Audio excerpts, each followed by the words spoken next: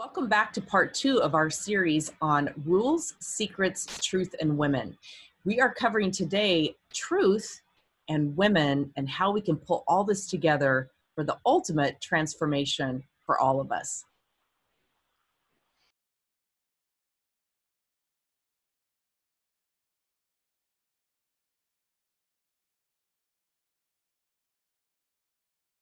Hi, I'm Jackie Ulmer, owner of StreetSmartWealth.com, and welcome to this part 2 video series where we're going to break down what it means to take our rules and secrets and put those into truths, not only for ourselves, but for the world, and how we as women can come together to really begin to change the messaging that we've grown up with, change that for our daughters and future generations, and create a movement and a change and transformation for the world.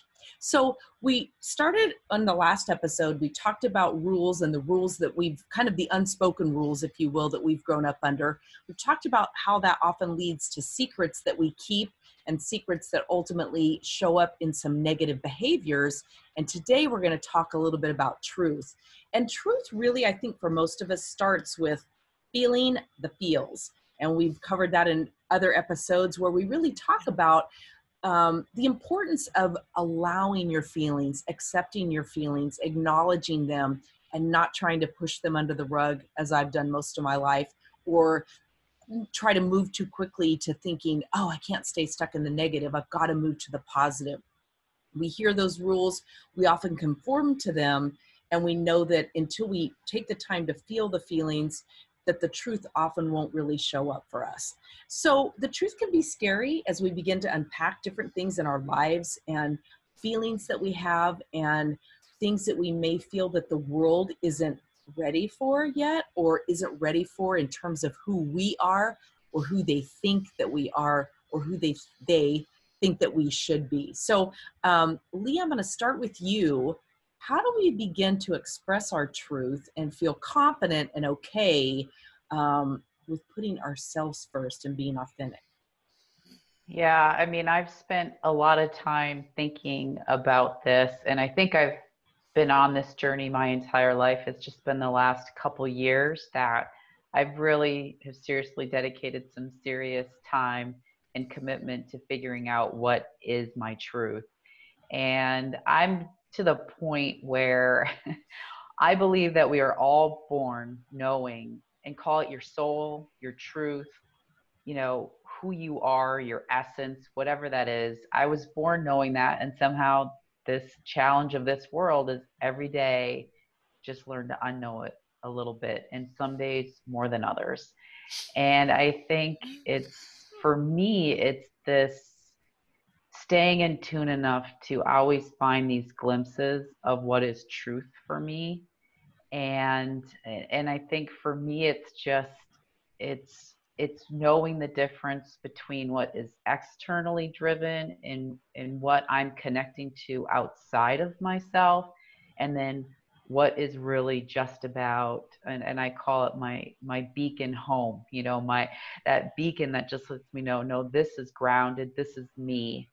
And I guess my goal is every day to get more aligned with that. So decisions I make and actions I take, but I'm nowhere near close to, I'm sure, even half of me being really driven by what I consider my truth. So that's kind of my worldview of truth and what it means to me. Great, good. Isabel? Oh my gosh. I think Lee and Jackie, you and I, we've all been in this sort of parallel orbit of figuring out really who we are. And that's the whole principle, the reason for Transformation Decoded. It's about sharing that wisdom, that experience, so that it maybe accelerates some of our arrival at us. It's interesting because, as we were talking about in the previous episode, so much of my life was programmed according to what other people thought I should be. And conforming to that. And when I failed to perfectly conform to those dictates, then I was punished for it. And so that was like you said, Lee, I was constantly trying to unlearn who I was so that I could get approval from the people who were in control of me, until those days when you start to wake up and go, wait a minute, I'm the boss of me, right? Or at least I'd like to be. So how do I take back the control that I have given to other people, or that other people hoodwinked me into? Whether that was general societal pressure and social media, or if it was individuals on my journey through life, that I thought, oh yeah, that's the way I'm supposed to be. I'm supposed to be all sunshine and cupcakes and, yeah, make everybody else happy. So yeah, we are in pursuit of truth and transformation. Yeah, I love that. You know, it's kind of funny that truth is a interesting word for me as a 3 on the Enneagram, for any of you who follow the Enneagram, and I'll Yeah. have some information in the show notes. But, you know, I'm a 3, and one of our things is the performer achiever. And one of the negative, if you want to call it that, is that we tend to put a false face out there. And I'm using some languaging that maybe isn't exactly accurate. It's not trying to be deceiving to other people. It's really in a way more deceiving to ourselves. And so this has been a big thing for me, thinking about the Yeah. rules that I bought into as a child, and the secrets that I developed from that for myself, and then how I've put myself out there in the world, of putting this face out there that wasn't always so authentic, of being strong and different things, feeling like people will only value me for what I can contribute, for what I do, for the work that I put out in the world, and, you know, constantly being that. And now, over the last many years of personal growth and development, and really studying that, and learning about vulnerability, and that it's okay to share some of those things, it's really put me more in touch with that truth, and more in touch with the courage to say, guess what? This is who I am. And I know that you've always thought this was who I am, and that is a part of me, but it's not all of me. And the funny thing is, I think I did deceive myself to some extent, because I think a lot of people already knew that. They knew that softer, more vulnerable side, even though I thought I was putting on this strong front of whatever. And so it is okay. It is okay to be you. It's okay to be the strong you. It's okay to be the vulnerable you.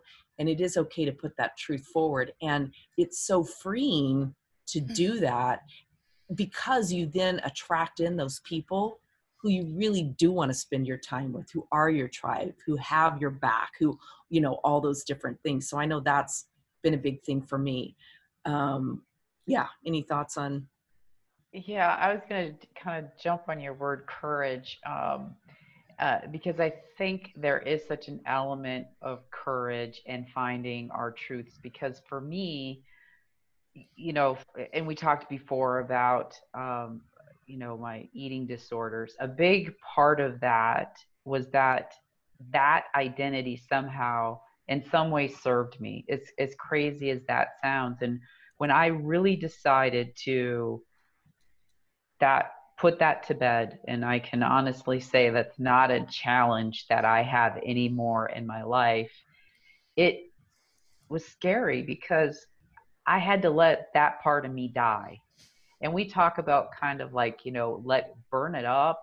You know, it's like sometimes you have to burn something to the ground, like Glennon Doyle kind of talks about in Untamed, right? Like you have to let it burn and get rid of it. And that is death of something, even if it's death of something that's not serving me.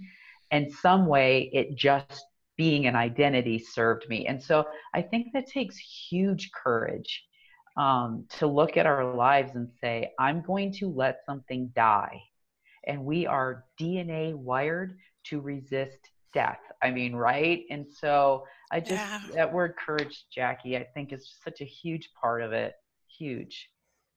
It is. And I think owning that for yourself too, being able to say, I'm being brave today. I'm being brave today. And I hope you can handle that. Yeah. And it bring out a multitude of thoughts and emotions for me just in what you've just both said in the last few minutes. And then I think about, yeah, what happens when we finally reach that point, that tipping point where we say, I'm taking off the disguise, right? Woman in disguise. I'm taking off the disguise, and everybody out here around me, either you love me for who I really am or you don't.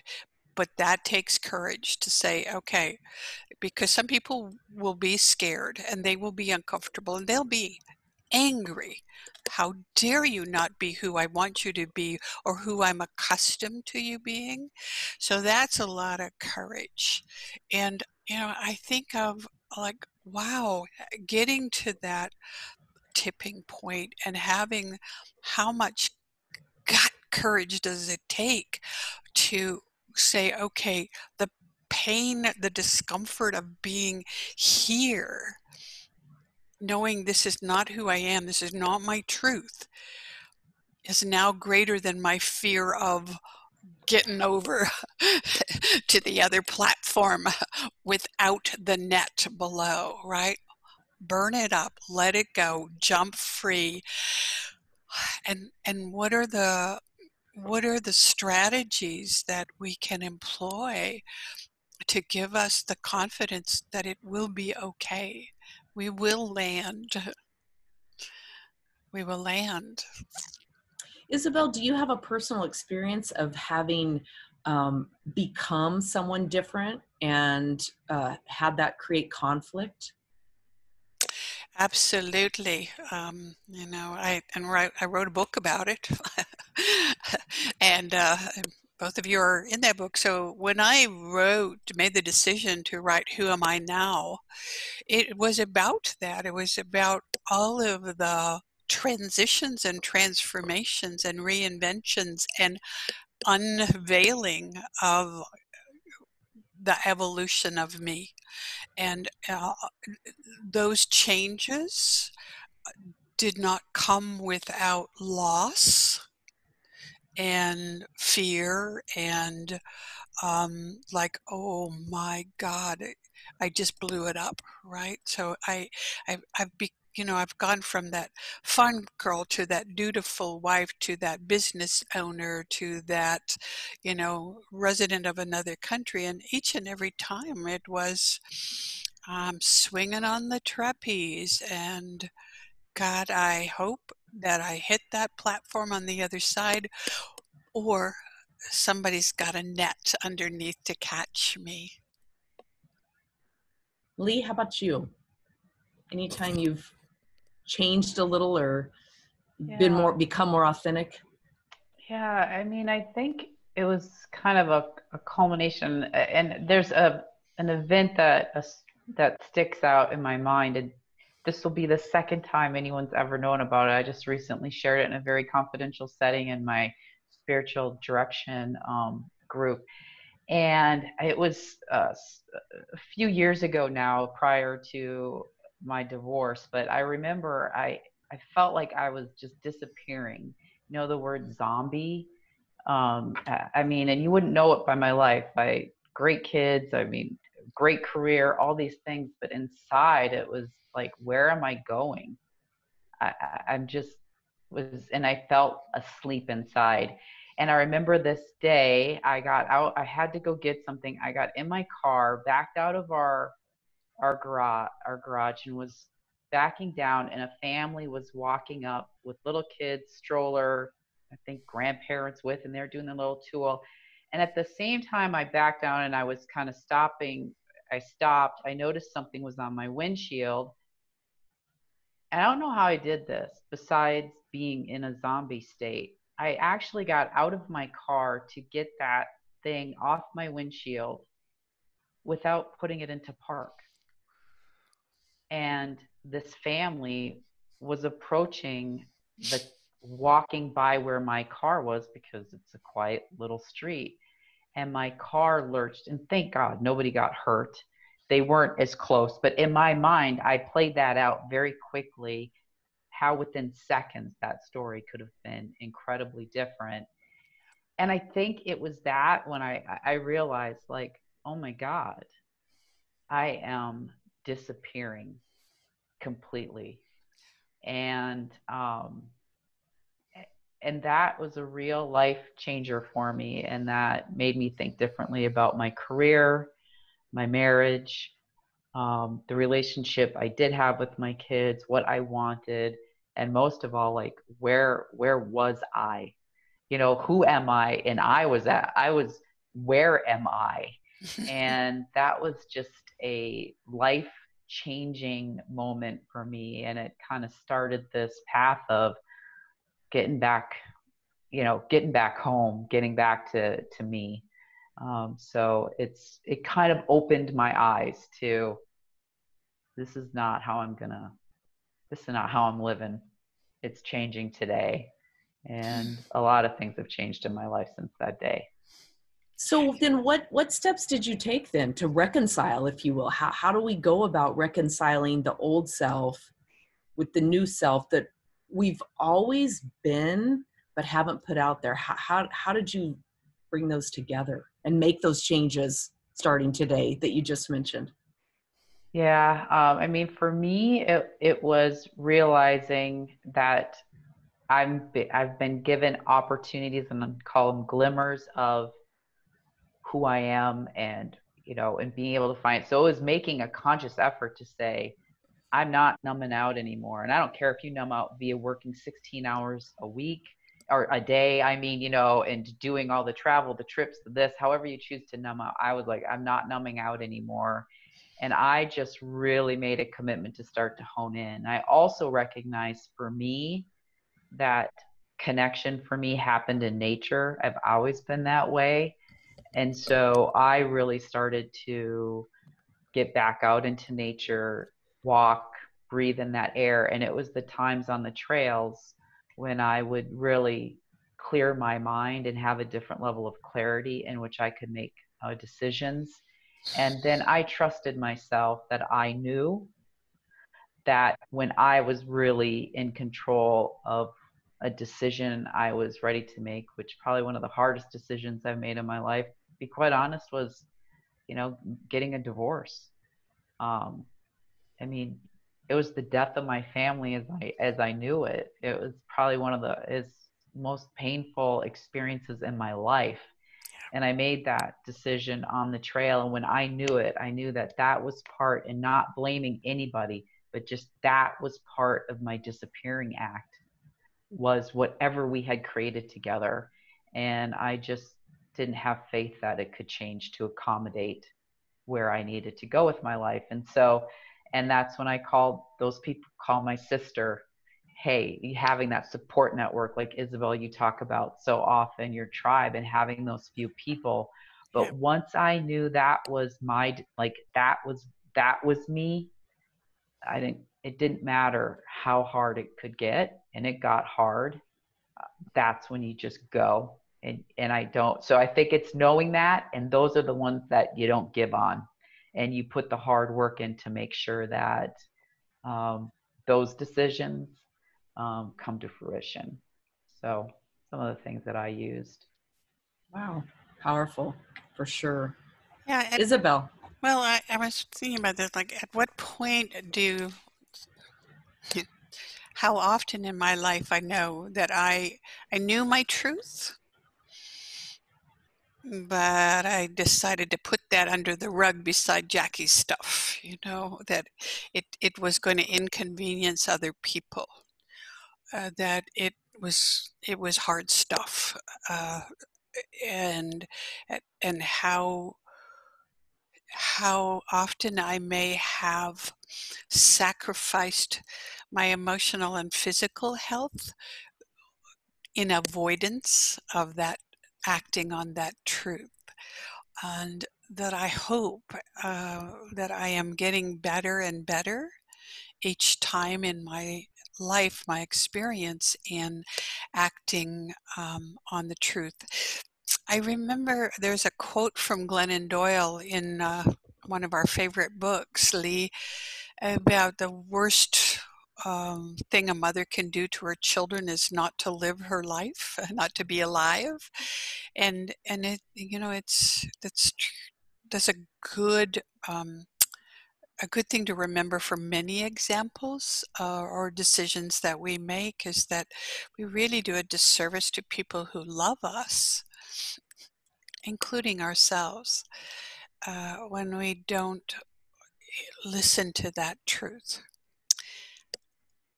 I confess, I have not fully figured out how to hear my truth. I've created a lot of static in my head around, what the voice is saying. And so it's a work in progress for me, for sure. And I will continue to sort of dial into myself and hear very clearly the messages. Yeah. Oh boy. And that's powerful, Isabel, and such an important thing to continue to work on and work through. And I know that you are. And, Yeah. I know for me, I was taking some notes listening to you ladies because I didn't want to lose these points. I think all of us have in our lives defining moments. Sometimes we don't even know it's a defining moment when it's happening. Yeah. And we look back later and we go, wow, that was a defining moment. And I think the key, it's like you were saying, Lee, being out on the trail, and I know you're so great at this, of quieting that space, quieting your mind and being open to the downloads that you're receiving and having that defining moment. And for you, that came, with your divorce. And I know I've had many defining moments. And I think the key is listening and accepting that as a truth. And I think once we do that, we do cross over that threshold of no return. Doesn't always mean that we're going to act on it right away. We may need to spend a little bit of time in the muck of it and figuring it out. But it's kind of like it is once you come to terms with that truth about yourself, or some things like that, you can't unsee what you saw. You can't unfeel what you felt. You can't turn the clock back. You've got to take on that defining moment, and you've got to step into and really live your truth. And that kind of brings me around to our final piece of it, which is women. And how does all of this culminate for us as women? How do we begin to chart that course? How do we begin to listen to that inner download, Isabel, that you're talking about? How do we listen and hear and receive those defining moments, and trust our intuitions, trust that we know best for ourselves? We know that. We shift and change that narrative that we've lived under or allowed others to do that. So Lee, kind of coming back to you, how have you become that catalyst for change for yourself? What after that moment on the trail, for instance, or something else, then how do you put all that into movement? Yeah, I mean, I think there's leveraging what women are good at, which is we're good at doing hard stuff and getting shit done. I mean, and we have to balance it all usually while we're trying to do other things. And for me, a big outside of knowing, okay, this is a decision that's grounded in home, in me, and so this is the right thing. And then you have to figure out the right path to do it, and it doesn't mean it's not going to be hard because it's right. To me, it's making sure that you get your support network in place, so you know who those people are that can help you, that you understand that, to your point, Jackie, it doesn't have to happen overnight, and that some of these things take time. And the biggest thing that I've kind of learned looking back, and had I been better at this in some of those moments, and I have plenty of time to continue to hone this because I have other, big changes. It's not like that was it. But I started to really understand my tells. And I think it goes back to the stories. And I call them tells. Like, when you're playing poker, good poker players know, oh, they're bluffing because they touched their lip or whatever. Well, I believe we all have those for ourselves. And I've gotten much better at knowing when that external kind of monkey mind is running the show versus really being grounded in me. And so some of my tells for me are I get very black and white, either or. It's either this or it's that. And in reality, I know nothing in life is either or. I kind of get that. I tend to throw the baby out with the bathwater. Well, if I do that, then that means all this. And so I start to get a little extreme. And that is the best way for me to say, okay, rethink this. And I tend to play worst case scenarios out. And I got great advice one time, and I love this. I had a woman, a therapist actually, that I was seeing say, hey, I love playing the what if game, but here's my rule. If you play the what if game, you got to play it on both sides. So if you're going to what if catastrophe, what if it all works out just like you plan? What does that look like?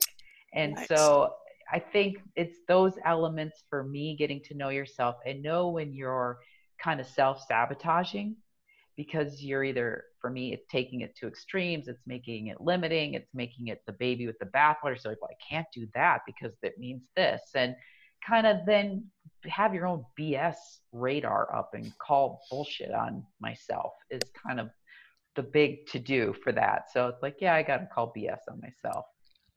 So my tips. I love that, the tells, and I love the got to work both sides of it for sure. Wow. Isabel. I think we all have our different bullshit meters, indicators. A big one for me, an obvious one for me, is if I feel tired, if my energy is low, if I really don't have my usual joyful, bouncy cheerleader attitude, if I really want to put my head under the covers or binge watch Netflix for too many evenings or days in a row and eat things that don't make me feel physically well, or drink lots of things that don't make me feel physically well. So those are indicators that something's wrong. That's a litmus test for me. Wait a minute. What's happening here and why? And to use a term you coined recently for us, Lee, sometimes I just need to ooze through that. And it's kind of like a settling. The truth will settle to the bottom of that being off, being out, not myself, and then I'll go, oh, that's really what it's all about. And the other thing that I found is that I do so well in community. And so being part of a group like ours and tapping into the feminine wisdom and experience of others, not that they're going to give me my truth or process to get it for me, but I can observe and take from best practices from other women who are on the journey like I am, and be aware, because as much as I'm passionate about learning and a lifelong learner, there's no way that I could spend the time to listen to all the podcasts and read all the books and try the latest techniques. So I'm very glad that you're all doing some of the work for me too.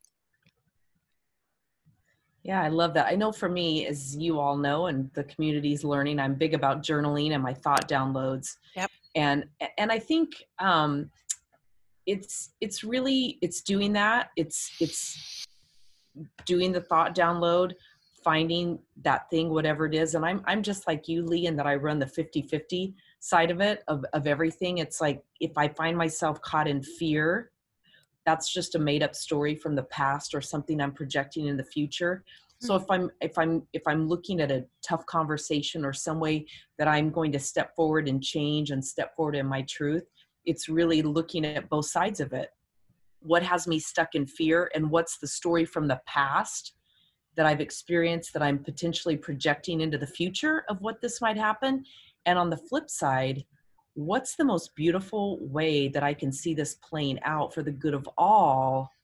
And why would that not happen? If I'm intentional, why would it not happen that way? And again, honoring myself first, being true to myself first, and that authenticity, and creating boundaries.